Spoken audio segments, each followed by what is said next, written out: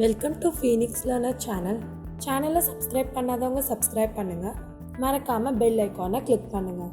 இந்த வீடியோவில் நம்ம என்ன பார்க்க போகிறோம்னா, goods and service tax identification number எப்படி ஆன்லைனில் வாங்குறது, எப்படி ஜிஎஸ்டி ரெஜிஸ்டர் பண்ணுறது அப்படிங்கிறத பற்றி தான் பார்க்க போகிறோம்.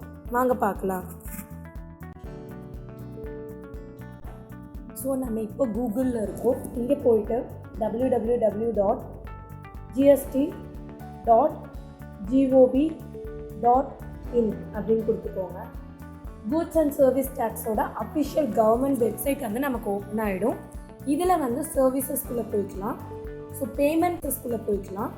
ஸோ பேமெண்ட்டும் நீங்கள் ஆன்லைன்லேயே பண்ணிக்கலாம். அந்த யூசர் சர்வீஸ் உங்களுக்கு என்ன காண்டாக்ட் டீட்டெயில் வேணுமோ இதில் நீங்கள் கிளியர் பண்ணிக்கலாம். தென் ரீஃபண்ட்ஸ் டீட்டெயில்ஸும் இதிலே வந்துடும்.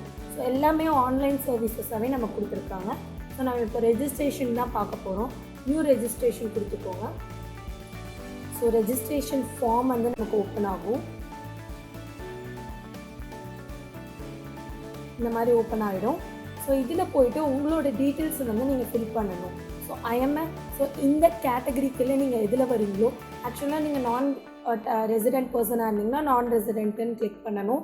தென் டேக்ஸ் டிடக்டராக இருந்தீங்கன்னா இதை கிளிக் பண்ணிக்கணும். டேக்ஸ் டிடக்டர்னு இருக்கும்.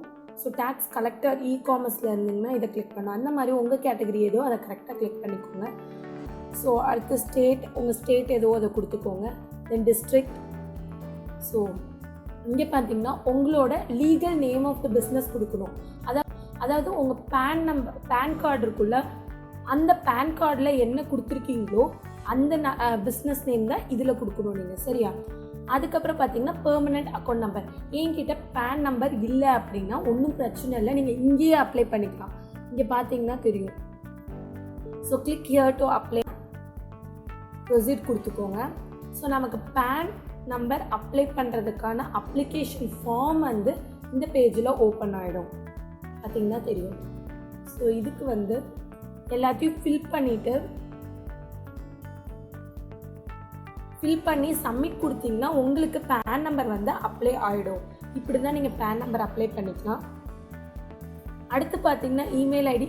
ஏற்கனவே பேன் நம்பர் இருந்தால் அந்த பேன் நம்பர் கொடுத்துக்கோங்க. Email ID, then mobile number, உங்களோட காண்டாக்ட் நம்பர் கொடுத்துக்கோங்க.